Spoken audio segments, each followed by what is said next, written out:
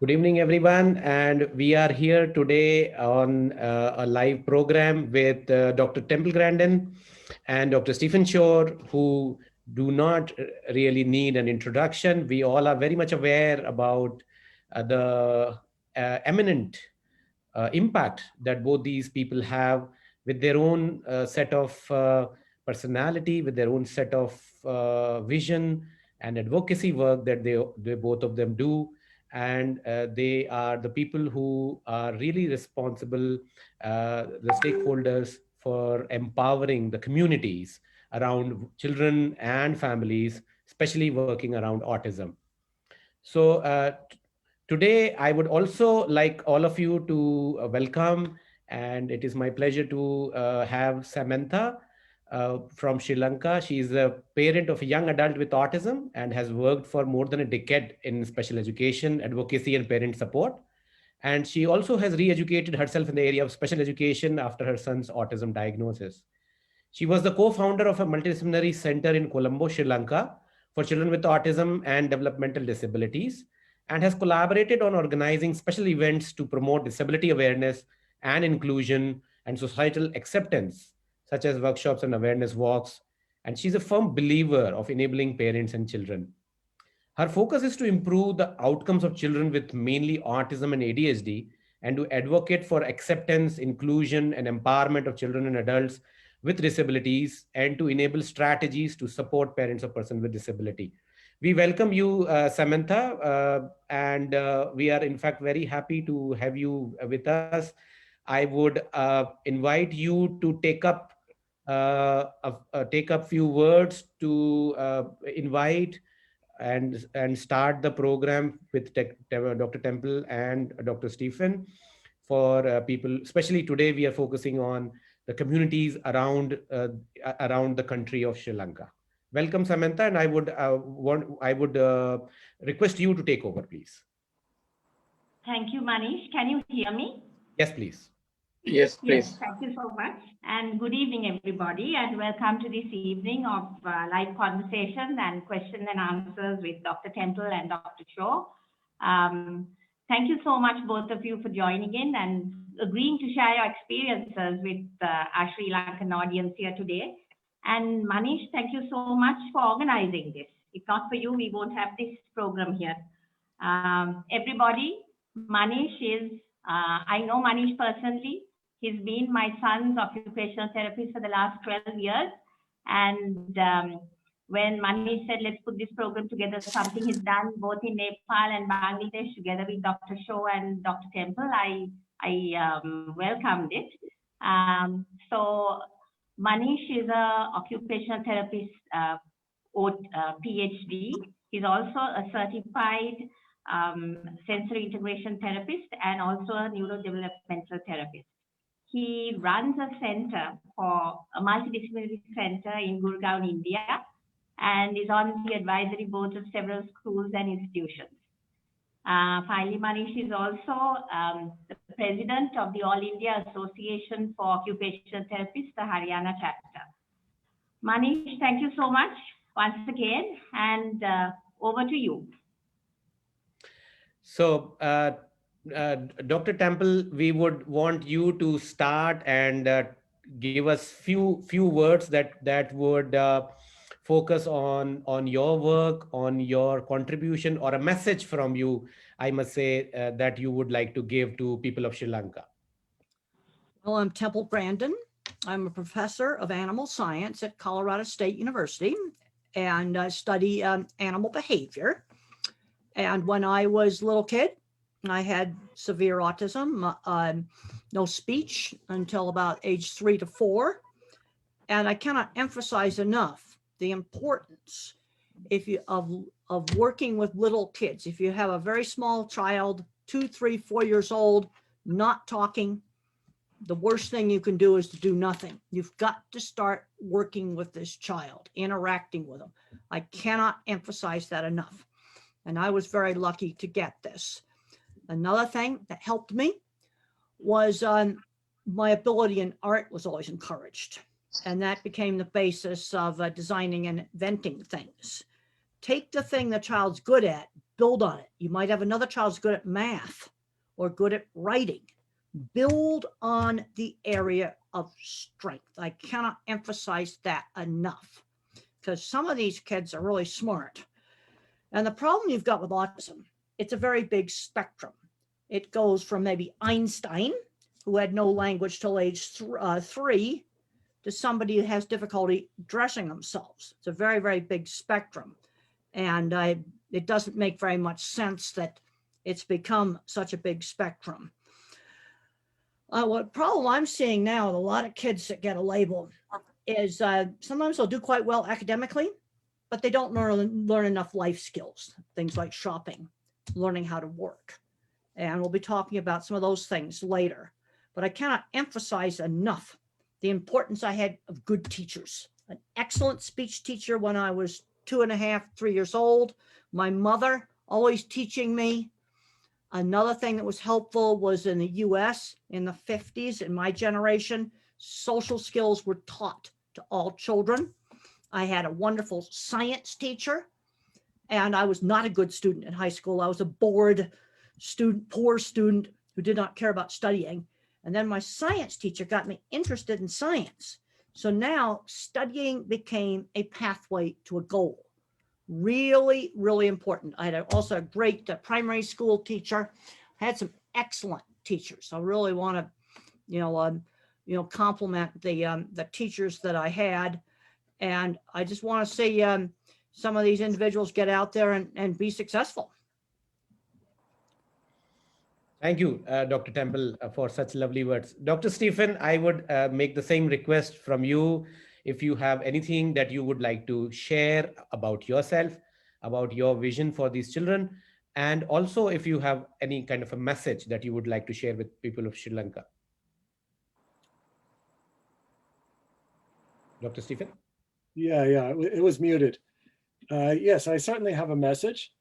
I'm Dr. Stephen Shore. I am a professor of special education at Adelphi University, where I focus most of my teachings and research into developing fulfilling and productive lives for autistic individuals.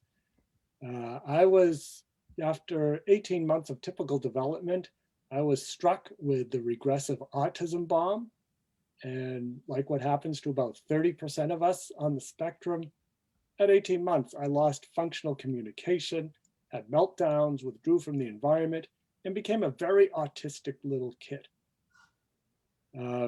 It took a year for my parents to find a place for diagnosis. And when they did, the doctor said they had never seen such a sick child, and they recommended institutionalization. Now, fortunately, my parents, like with Temple's mother, and we're seeing increasing numbers of parents today, they advocated on my behalf. And they convinced the school to take me in about a year. And it was during that year that my parents implemented what we would today refer to as an intensive home-based early intervention program. And it was a program that emphasized music, movement, sensory integration, narration, and imitation. And that's just today's terminology. In those days, the concept of early intervention didn't even exist. There weren't all the approaches that we have today. Jean Ayres was just beginning to get started with her ideas about sensory integration. But intuitively, my parents sensed that this is what I needed. And what did my parents do? Well, first they tried to get me to imitate them. Now, imitation is a time-honored educational strategy. It works most of the time. But for us autistic people, perhaps due to differences in mirror neurons, we may not be able to imitate when young. So my parents flipped it around and they imitated me. Once they did that, I became aware of them and my environment. And I think the key implication is that as a prerequisite for doing solid work with an autistic person, you have to develop a bond, a trusting relationship. You've got to meet them where they are, and then you can move on. And in doing so, my speech began to return at age 4.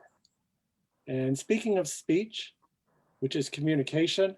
I think one of the most important things that we can do for autistic individuals is to provide a reliable means of communication. And for some of us, it may be talking, just like we're talking right now. For others, it might mean using an assistive communication device of some kind. It might be using sign language. You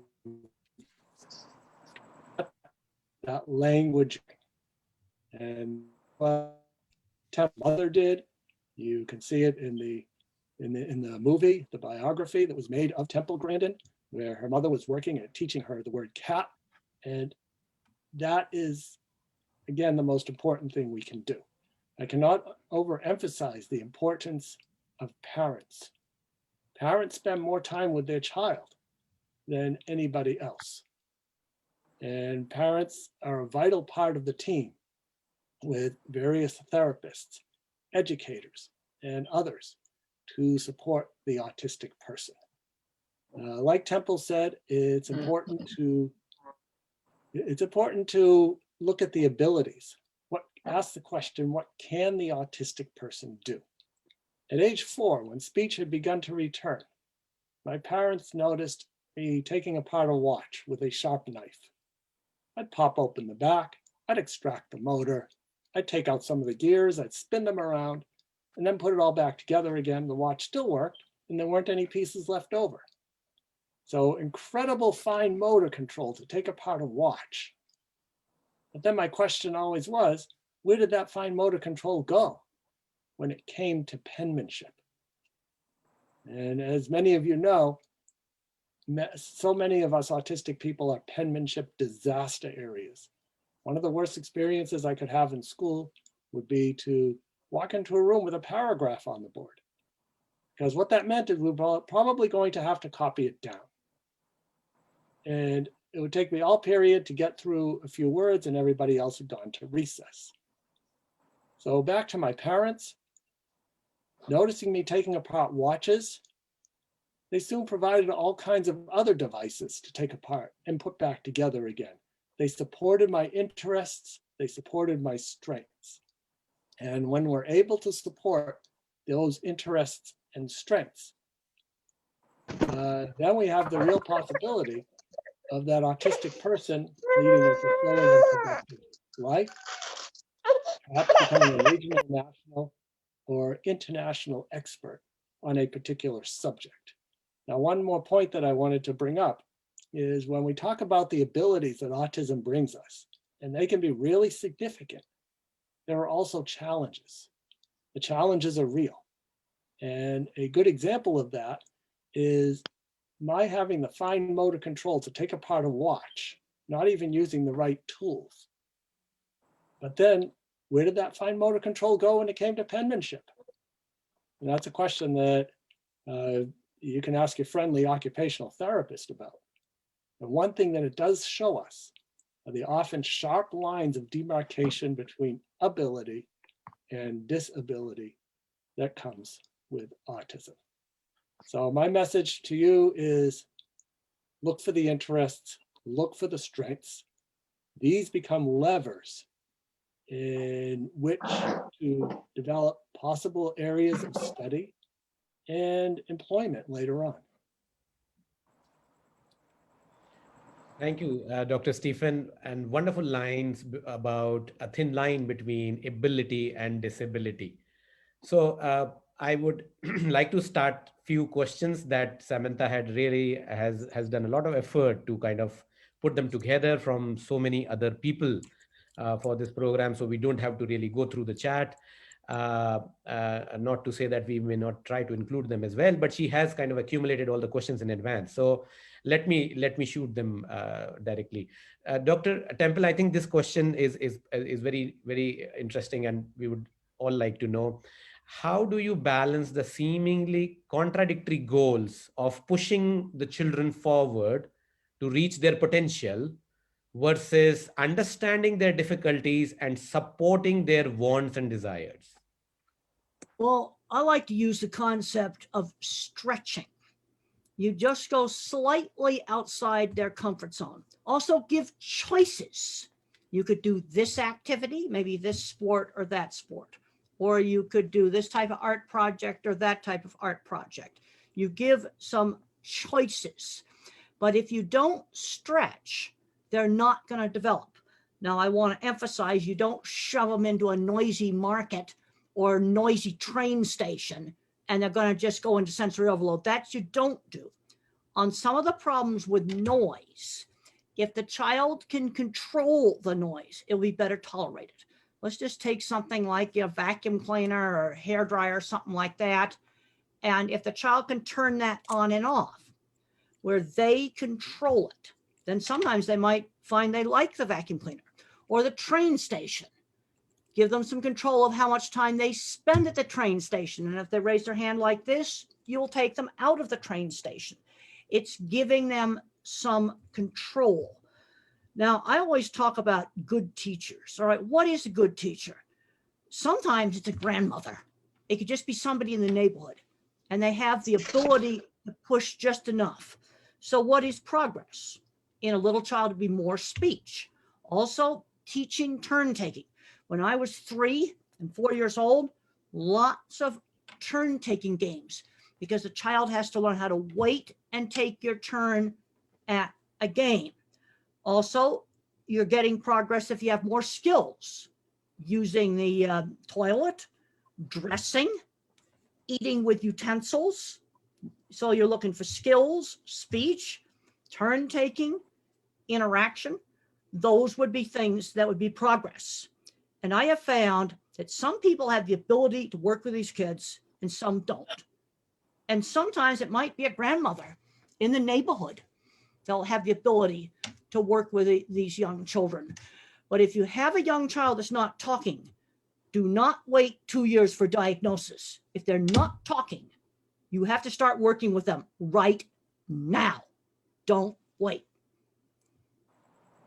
The next question is for Dr. Stephen, and especially because I'm aware that he has a full course on this question.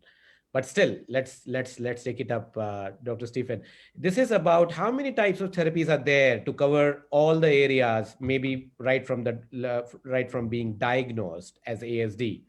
And the second subpart of that is, how are different therapies selected and combined? All right, well, that's a great question. And there are so many well thought out therapies and strategies. So for example, some of the well thought out and research strategies we have include applied behavior analysis, TEACH, daily life therapy, Miller method, floor time, relational development intervention, and CERTS. So which one do we choose? And that can be a challenge because these different modalities or methods focus on different things. So the behavioral approaches, for example, focus on the study of behavior and use operant conditioning, using a system of rewards and punishments, maybe not so much punishments these days, but rewards. And if we manipulate the environment, if we understand what the child likes, which then become reinforcers, perhaps the child can be motivated by holding out a reinforcer, such as using a flight simulator on a computer. So if the child does what they need to do, such as perform to a certain level in mathematics, then they get 10 minutes on the flight simulator. Then there are the developmental approaches. The developmental approaches, such as the Miller method, such as floor time, relational development intervention, focus on development. These practitioners ask, how does the autistic person perceive the environment? How does the autistic person think? Cognition. How does the autistic person relate to others? So that's floor time and relational development intervention, RDI.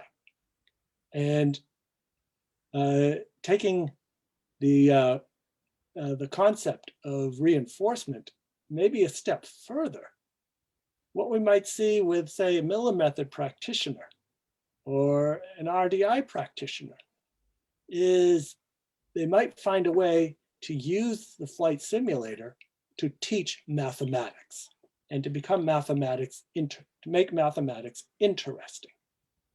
And so which approach is the best one? And my answer is the approach that works. The approach that works. And another thing to consider is the importance of the therapist, teacher, as Temple said, maybe the grandmother in the to the child, and to interact with the child in an intensive manner, to do it regularly. And I think this is what might have the greatest effect, is the ability to interact with the child successfully, and then secondarily, whether it's applied behavior analysis, Miller method, floor time, or some other approach. So what we're getting to is an area of research that I have, which focuses on not trying to determine which approach is the best, but which approach is the best for a particular child at this time. And that's where we need to take the conversation. Sure. I'm sure that's a wonderful message again. Which approach is the best for the child is the main question here.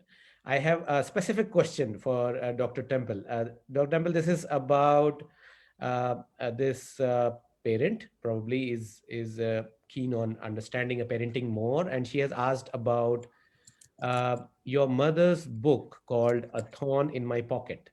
And the question that she has said is that going through the book, she wants to know whether did the underlying stress add to the overload of her challenges, and how did she work through any trauma at that point of time. She also adds, did she feel threatened by her father or responsible for the situation? Well, first of all, autism is it's not caused by bad parenting. It's pretty much genetic, and the same genes that make human beings have a very large brain, and there's a whole bunch of genes that make stem cells grow to build this big brain, are the same genes that cause autism and schizophrenia. It has to do with brain development genes. See, a little bit of autism is just a personality variant. It's embedded in brain development. You're never going to get rid of it. I actually had my genome scanned, and that's what we found out. Now, I found out some other health problems, like I've got really awful teeth, and I'm really glad that I did not do tooth implants, because my jaw could have fallen apart. That's something I found out from the genome thing. But the autism genetics is embedded. I have a book too that you might find really helpful. It's called The Way I See It. Now, both my mother's book and this book are available on Amazon as electronic books, also as audio books. It's The Way I See It. It's a whole lot of little short chapters. And one of the things, my mother just had really good idea, really good instinct of just how much to push me. And she could see that I was progressing, that I was gradually progressing. I think another thing that helped is old-fashioned 1950s upbringing in the US. In the 1950s, in my generation in the US, kids were taught to say please and thank you, taught to shake hands, taught to sit at the table and use utensils. And if I did something really disgusting, like pick up rice with my hands and eat it, mother would tell me to use the utensil. She would tell me what I should do. Chew with my mouth closed. She would give the instruction. And she found that this worked. And she could see that I was improving. And I was very lucky to get referred to a very good speech therapist at a very young age. In fact, the first doctor she took me to was a neurologist, not a psychologist, a neurologist. Checked me out for epilepsy and deafness. One thing you always have got to do with these little kids that are not talking, you do have to make sure they're not deaf. You've got to, because if you're deaf, you're not going to learn how to talk. Not knowing how to talk was very frustrating. I can remember having tantrums because I could not communicate. But she could just see that what she was doing was working. I cannot emphasize enough The worst thing you can do with young children that are not talking is to do nothing. They need lots of hours of one-to-one intervention, turn-taking games, getting them connected to the world. Okay. Thank you. Thank you, Dr. Temple. Dr. Stephen, this question again should go to you for sure, because you have an entire book probably on the college and older children. And this question is about uh, teenage years to early adulthood are trying times for even neurotypical students. A lot of bullying and shaming takes place. Is it advisable to limit exposure to supervised social settings during this age? Or does the individual with autism still gain some skills? I think social interaction is important because we are a social society. However, the key is how to socially interact, and we need to be taught to do so. We might need some direct instruction. Now, that said, as Temples mentioned earlier, autism is a spectrum. It's a wide spectrum. And like outside of the autism community, with everybody else, some people are social butterflies and they're extreme extroverts and they thrive on social interaction. And then there are others who are a little bit more quiet and prefer to keep to themselves and, you might say, do minimal but enough social interaction. So we should see the same within the autism spectrum. Now, I think the key is showing us how to interact, and also interaction through our interests or favorite subjects. Small talk is really difficult for us. However, if you get us involved with something that we're interested in, such as my parents, did for me. I had a hard time interacting in a typical manner. However, I had strong interests in bicycles and in music. So my parents got me involved in bicycle clubs.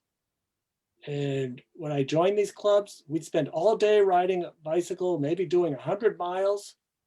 And I made a lot of friends, people of all ages.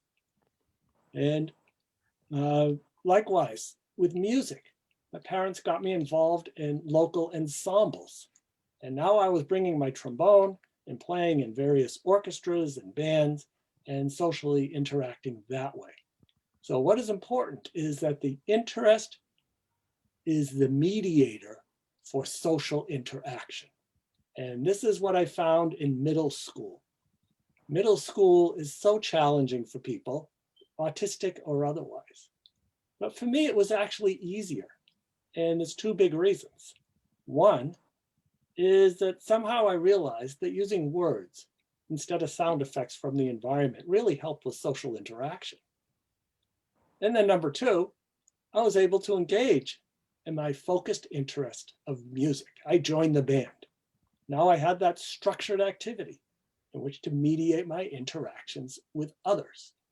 And that is why the arts are important, physical education is important, other courses such as wood shop, metal shop, working with your hands, those are important. I remember doing those classes. This was something that I was good at. And so often we find that we might have an autistic, and we can expand that to the general population. We might have a student who falls flat in academics, and they don't do well at all. But when they get into one of these specials types of classes, be it wood shop, metal shop, electronic shop, be it art, music, physical education, they can really shine. And this is an example of using a strength in which to promote success. And maybe this is the person who becomes an engineer. We need engineers. We still need people. What happened? Go ahead, Dr. Stephen. I think somebody got unmuted by. Oh, okay. This is why we need these special classes, because we need people. We still need people to fix ventilation systems. We need people to fix our cars. We need people to build houses. And we're seeing these types of courses being cut back, which I think is a terrible thing. We need to keep them because people can be successful there as well. So in other words, to sum it all up, what are the strengths? What are the interests? How can we use these strengths and interests to lever social interaction? Sure. Dr. Temple, this is a question again specifically to you, and the question is something that is close to my subject as well. The question is about sensory issues, and the question is, do you just a minute? I'm trying to, yeah. Do you still have any sensory issues? And the second part is, if yes, how do you cope or overcome these sensory issues as of now?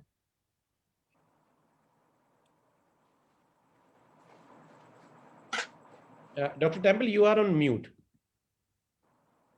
First, I Yeah. would like to just say to everybody that I completely agree with what Stephen just said.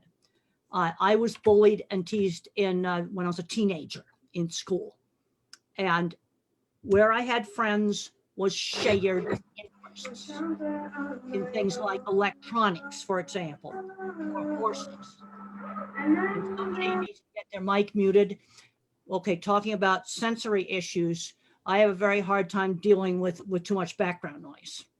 If there's too much background noise, I simply cannot hear. I still have some auditory processing problems. But I want to just say I agree with Stephen on keeping all the hands-on classes in the schools, because when I was young in primary school, art was my favorite class. And I had friends through art. I was in woodworking class, and I was in a sewing class. These were my favorite classes. These are also things that can turn into careers.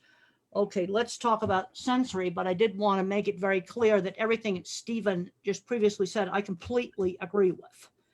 I've worked with people on mechanical equipment, very brilliant people that were probably autistic, and they have good careers. Now, I had some problems with sound sensitivity. Loud noises, something like a hair dryer or a vacuum cleaner hurt my ears. Now, in the 50s, this is the bad thing, nobody knew about sensory problems. It was not understood in the 50s. They just knew that large, noisy places bothered me. And my thing was popping balloons. I hated balloons because I never knew when they might pop.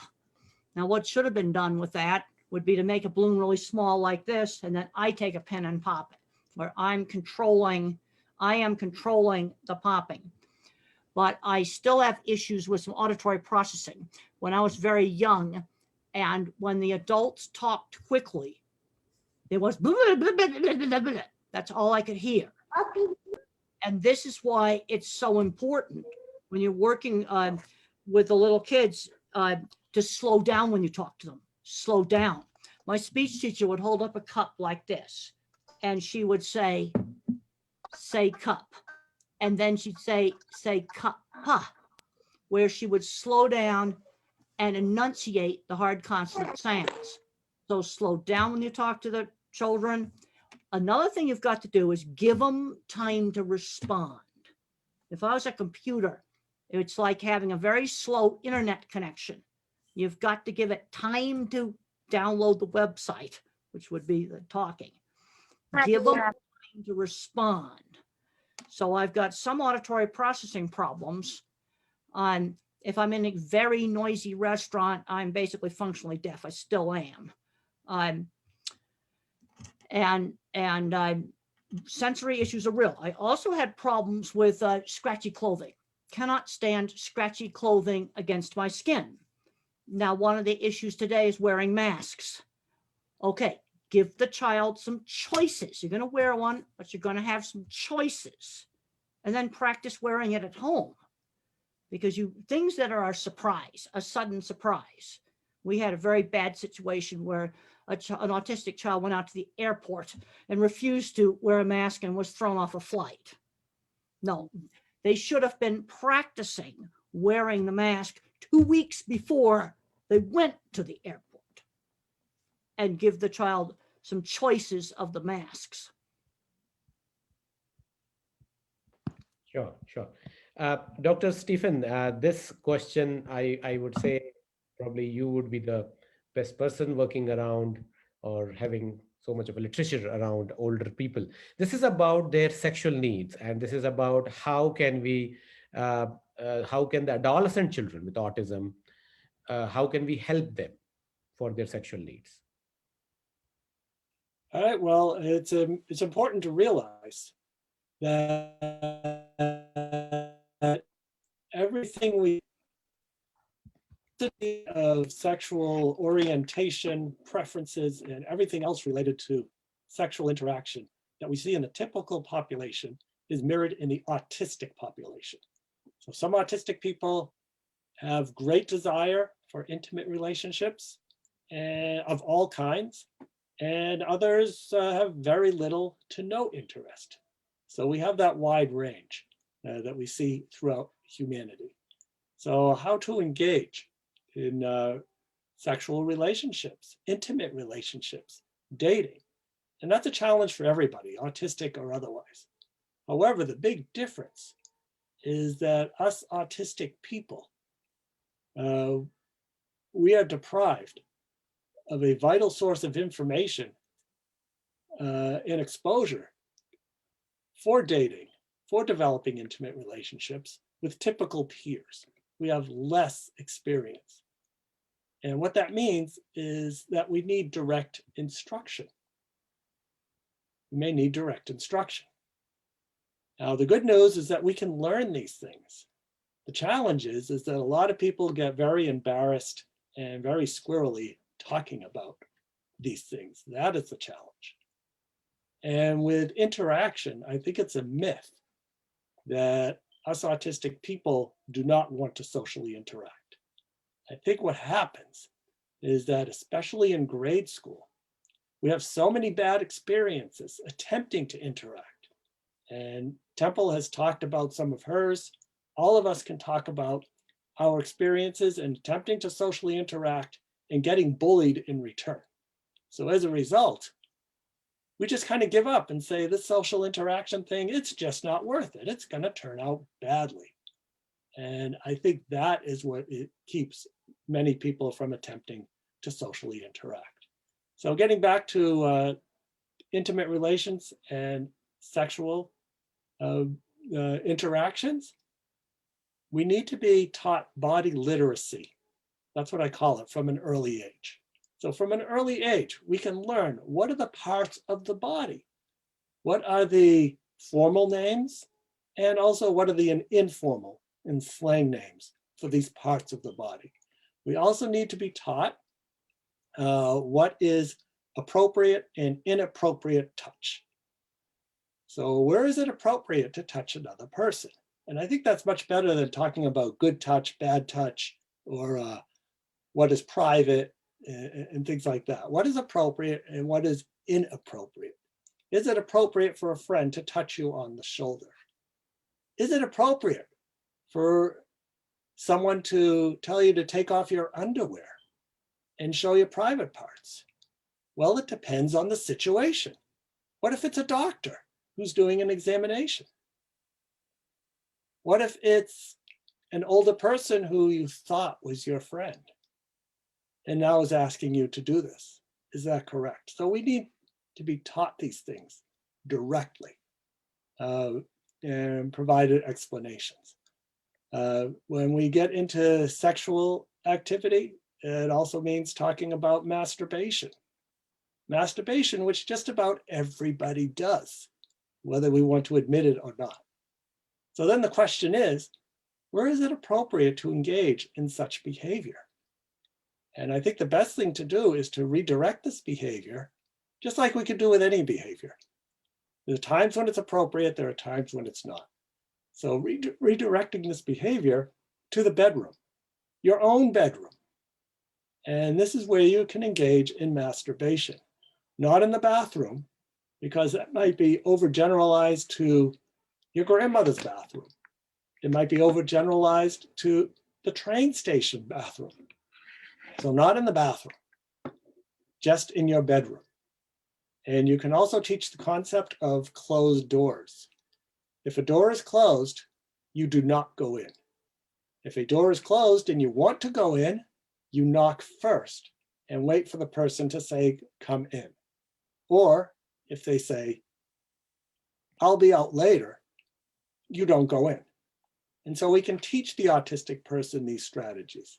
And if this person is non-speaking, maybe you can set something up where the door, if the door is closed, they hang a towel band on the door, which means I am not. And getting to masturbation, most people figure out how to do this on their own. But for some autistic people, we may need to provide direct instruction so that it's done safely and it's done appropriately. And then the question is, who should be authorized to provide this type of education? So these are just some of the things that I think of in terms of relationships and sexuality. Sure. Thank you so much, Dr. Stephen. I would like to invite one of the parents today present here on the Zoom meeting, Ruwani Vikramratne. If you could unmute yourself and ask your question, please. Ruwani Vikramratne. All right. Thank you so much, Manish. I'm really excited. Dr. Temple, you're actually my hero. I've learned more about autism from listening to you and, reading your book and actually watching your movie as well, about autism than anywhere else. So my question to you actually this is more like an emotional one. I would like to ask how would you feel? Like, how would a child feel if we were to restrict them from harming themselves, like restrain them to prevent them from harming themselves or harming anyone else? I would like to know the emotional aspect of it. Well, sometimes self-harm is sensory. There are some children with where the sensory input is scrambled. And there's some really good books that you can read on, especially on individuals that remain nonverbal, where they describe a sensory scrambled world. One of the really good ones is written by a man from India. It's called How Can I Talk If My Lips Don't Move? How can I talk if my lips don't move? It is available through the electronic book at Amazon in the US. I do not know, you can get it from Amazon, but you may have some other places you could get it from. But this will give you insight into a world of sensory scrambling. And sometimes they will self-harm themselves and may not realize they're doing it.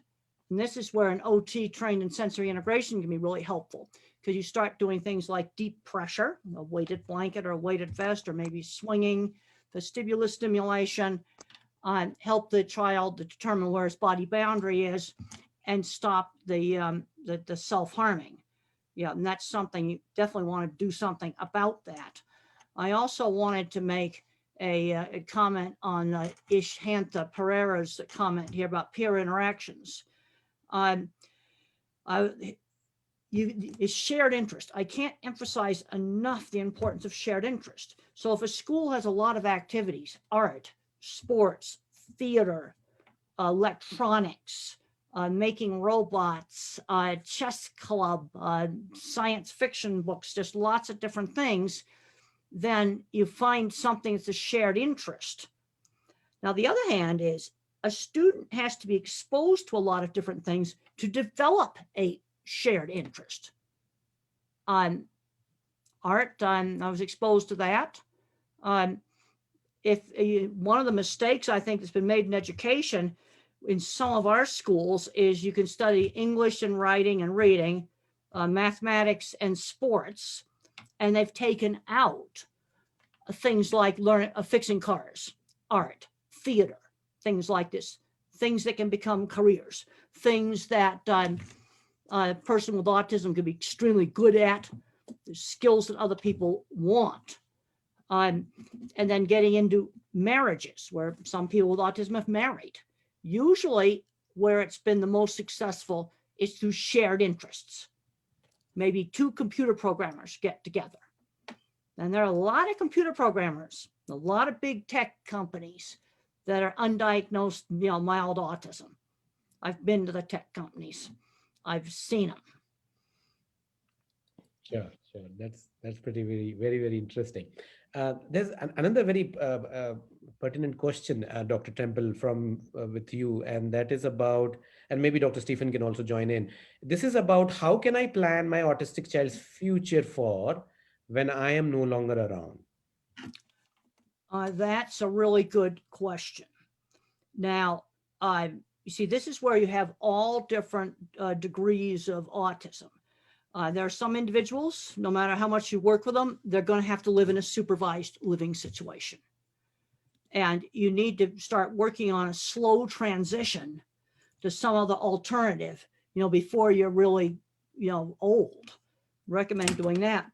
Then there's other individuals that need to be out working and being on their own. And I've seen problems where parents will be too overprotective and the child's not learning basic skills like shopping.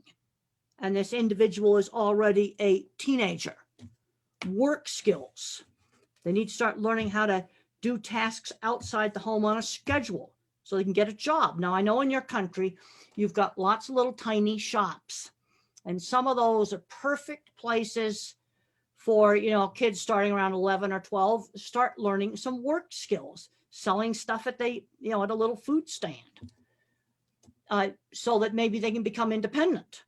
I've seen big problems where you might have a very highly skilled person that should be getting a job in the computer industry, and then they can't keep a job because they can't get to work on time. Academics are important, but also when the child's a teenager, I want them learning how to work. Then they're not going to have to depend on you when they grow up. And then there's others, especially if they remain nonverbal, even if they can learn to type, will need to be in some kind of a supported living situation. And so you have to, make those plans. But there's also a lot of individuals that could make it on their own, because many times grandfathers are coming up to me, a lot of grandfathers, and they discover that they're autistic when the grandchildren get diagnosed. But that grandfather was an engineer, or maybe he was an accountant. And one of the reasons why the grandfather was successful is, again, in my generation, much more structured social training. Stephen talked about having to be instructed in different things. And also they had jobs when they were young, delivering newspapers, things of this sort, learning those early social skills. And then today, the child's not learning enough skills. There's a tendency to get too much into the label. We have to get back at looking at things, what they can do. I really like what Stephen Hawking had to say about disability. We know who Stephen Hawking is, the famous physicist. And he said, concentrate on those things. Your disability does not prevent you from doing well. Concentrate on those things. Your disability does not prevent you from doing well. He could do math in his head really well, not much else. But the math in his head, he was figuring out about how black holes in outer space work. Sure.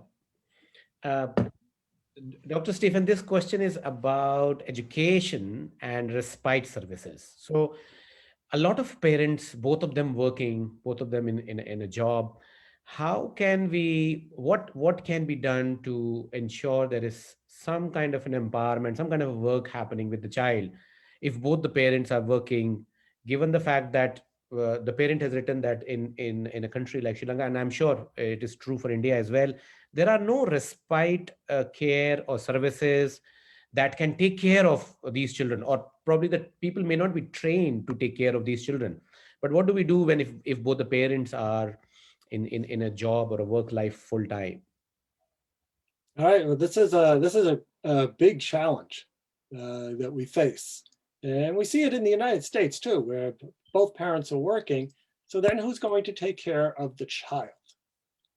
So a number of ideas come to mind. One is to go back to Temple's recommendation. Is there somebody in the community, such as a volunteer grandmother, somebody else, who can be with the child and teach them, work on communication and social interaction. Another important thing to do is to look for your community. Find other parents, others who have autistic children. And if you get involved in a community, autism society, and if there isn't one that exists, set one up. And now you have a community of parents, maybe 10, maybe 20, whatever that number is. And now that you're a group, you can do a lot more in supporting each other and supporting each other's children. So you don't have to go at this alone, and you shouldn't go at this alone. And find others who are experiencing the same situation. Sure. Dr. Stephen, in continuation to that question, how can we provide or how can we give education to children in a context that has minimal resources? All right, so with minimal resources, there are some things that hold true for autistic people and are easy to implement. One is to provide structure. Autistic people need structure and productivity and predictability. And so for the regular school teacher, or for any teacher, a way to do that is to make sure you have a good schedule. Have an agenda for the day. And this agenda could be represented using a word schedule and also using a picture schedule or a combined picture-word schedule. So that way everybody knows that the first period is math, the second period is reading, then there's a break, then we have social studies, then we have physical education, then we have lunch, or whatever the schedule might be. So having that predictability is helpful to everybody. It will help the autistic person, and it will help everybody else.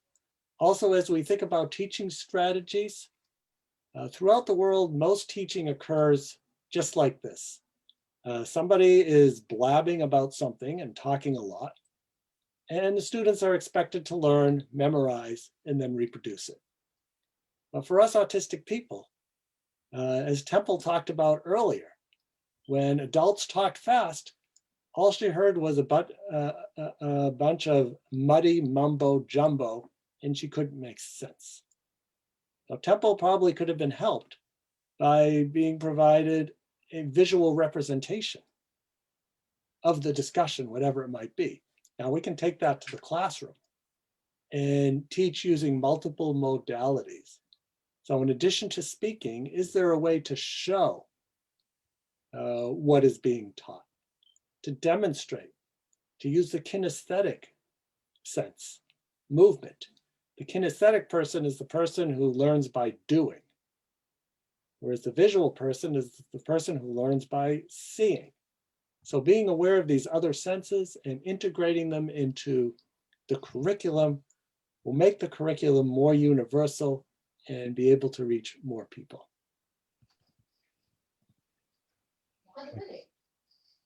Thank you, Dr. Stephen, for that.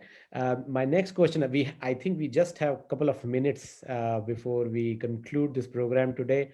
Dr. Temple, this question is for you, and this is about your own personal experiences about how did you navigate the social world and relationships, your own experiences. Well, most of my friends and relationships are through shared interests. And I want to answer a question that was on the chat. How can you tell strengths in a 4-year-old? That is too early. You're not going to be able to tell them. My strengths showed up more like at 6 years old, 7 years old. That's when it started to show up. I talked about the different kinds of minds. That some people are visual thinkers, think totally in pictures. That's me. There's others that think in more mathematics. And I discuss that in my book, The Autistic Brain. And then there's kids that are word thinkers. Now, I want to mention here something that might be very helpful for nonverbal, making a schedule so they can live at home. Now, some of the nonverbals are not able to, well, they work by touch. You might want to try a touch schedule. They process very slowly. So 5 minutes before it's time to eat, you give them a spoon or some other utensil. 5 minutes before it's time to bathe, they're handed a towel. Maybe 5 minutes before they're going to go on the train, they're handed a toy train. In other words, they're given an object associated with the next thing and a few minutes to process it. That's something might be helpful with older nonverbals, for their schedule. But for me, relationships are pretty much through shared interests. I want to talk about technical stuff. All kinds of technical stuff. Like these vaccines, for example, have to be kept very cold. How do you ship that? That to me is super interesting. It's called logistics. Those are the kinds of things I find super interesting. And as a visual thinker, we've made shipping mistakes with that vaccine already, bad ones. You see, that to me, how to solve a problem like that is very interesting. And so I get with another person that likes to talk about technical things. That's where we have the best relationships. And I know that that's something that's hard to understand. And talking about dry ice in a box that preserves the vaccine, that's super interesting to me. I know all about those boxes. I've looked at them up on the internet many times. And it makes the vaccine difficult to distribute. How do you solve that problem? Now, I know that may not be what you want to hear, but to me, I find science super interesting. My favorite pleasure reading is Science and Nature. I can't wait to get my latest Science and Nature. And we want to get out there and get these kids into a good career, because it's much better to be fixing cars or fixing motorcycles. They're going to be much happier doing that than just sitting at home watching silly videos on the internet. It's a different way of thinking. If somebody wants to translate my book, this book right here, the way I see it, into these other languages, go right ahead and do it. I own the copyright on this book. Just go ahead and do it. Yeah, and for those languages. And you might just want to translate certain chapters in there on sensory, chapters on employment, or chapters on sensory problems, for your group. You have permission to translate that book into the Tamil and the Sinhala language. You see, a brain can be more interested in might say things, and intellectual, or a brain can be more emotional. What turns me on is solving problems. Like, it really, really makes me happy.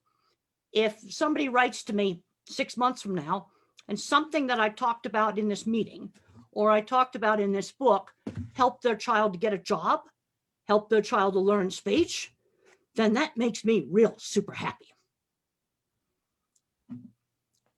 I mean, that's great, Dr. Temple, and I would like to definitely connect with you over translating this into some native languages. And India is a country where there are many languages being spoken in different states. So it would be very interesting to have the chapter or the whole book, especially the chapter on sensory, relevant for my own profession, to be translated into different languages. I would like to do that. So I have one last question, Dr. Temple, from you, especially because you have a book on it, and you would know from the question, probably your book actually has that answer as well. My son is 12 and minimally verbal. He seems to be a visual thinker, and lately I'm beginning to feel that his vision is sometimes fragmented. He seems to notice tiny details rather than the whole. Is there anything you can share about this kind of fragmented vision? Well, there's some people have described it. You might want to read some of the work of Donna Williams. She has a book you can buy on Amazon electronically. It's called Autism, an Inside Out Approach. Autism, an Inside Out Approach by Donna Williams. Also Tito, and How Can I Talk If My Lips Don't Move? He also describes fragmented vision. Now, the way the visual system works, your eyes work just like cameras, exactly like cameras. And then the signals go to the back of the brain. But how does the brain store and retrieve memory files of pictures? Actually, science does not know. But they know from strokes or from head injuries to the back of the head that some of the systems that assemble the graphics file can get broken apart. So you get very strange things, like if you're pouring coffee, you'll get stop motion coffee, or cars going in stop motion like this, or lose color vision. Tito describes looking at a door and he saw a blue blob. Then he saw the outline. You see the color circuit started working first, and then the circuit for form, for shape, started working. Donna Williams describes image breakup similar to a Picasso painting. This is where the brain is not working right inside here. The eye is fine. Nothing wrong with the eye. It's all back in here. 1/3 of the brain is visual cortex. And how, if I took a flash drive and I put it in a time machine back to 100 years ago, the best scientists in the world would not know how a movie or TV show or pictures were stored on that flash drive. We still don't know how the brain stores a graphics file, but we know that when things are wrong with the system, not everybody with autism has this problem. And individuals that have fragmented vision, they're going to be auditory learners. They're more likely to be touch. These would be the individuals where the touch schedule, like giving them the spoon right before it's time to eat, or the towel before it's time to bathe, or maybe some other, a ball before they go do an activity with that. But those sensory things are real. And one of the areas of research that I would put top priority on is the sensory issues. But the problem you have with them is that they're so variable. Only some people with autism have visual fragmentation. I don't have it. That's not a problem for me. Where somebody else has it. One person has sound sensitivity. Another person might have smell sensitivity. These sensory issues have to be studied by a diagnosis of a particular sensory issue, not a diagnosis of autism. Because then you're mixing apples, oranges, and all different kinds of stuff together. And then you get no results on the scientific study. But these are real. I would read that Donna Williams, An Inside Out Approach, and then Tito. They both describe sensory fragmentation, visual fragmentation. And you can go to the eye doctor and they'll check the eyes. No problems in here. I think that's about the time we had today. I must thank you. No words are enough to thank you, Dr. Temple and Dr. Stephen. This is the third program that I am doing, and you, both of you, have been so supportive of raising awareness, creating advocacy, and empowering children and communities in not just India, but around the neighboring countries where we might have challenges, limited resources, but we are here because we would like to do something about it. I want to make one other comment. Yes. We've talked a lot about someone like me or someone like Stephen. We're both professors. Now, obviously, there's a lot of individuals who are not going to become professors. But there's been some good cases where an individual, very severe, nonverbal, was in an institution, and a doctor taught him how to make coffee and got him a job at a little store that sold coffee. And this gave him meaning in life. He was the coffee man. and he got a reputation for very good coffee. This is something that people appreciate. Okay, I hope that Yeah. Yes, Dr. Temple. I hope that wasn't cut off. I've got to get, yeah, you just want No, to. it wasn't cut off. And It wasn't cut off. Okay, good. yeah. And when you're done, I'm going to add to that. Okay, all right. So, yeah, and that's true. The people with autism and need more supports can lead fulfilling and productive lives. So, for example, I know of a fellow in Florida who needs a lot of support with communication, a lot of support with social interaction and transportation. However, even though he doesn't interact much or communicate much, he loves to do nothing more than take laundry out of a hot dryer and fold it. And he folds it perfectly. And he does it faster and better than anybody else. So that he would love to help you fold your laundry too. But if you want him to do it, you have to pay him. That is his job. So he spends all day in a hot laundromat, pulling clothes out of a hot dryer, folding them perfectly, perfect creases, doing it quickly. He's enjoying it. He's getting meaning out of it. He's contributing to society.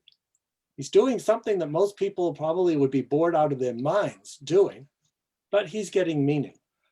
And that's an example of somebody on the autism spectrum who needs more supports, but is still leading a fulfilling and productive life.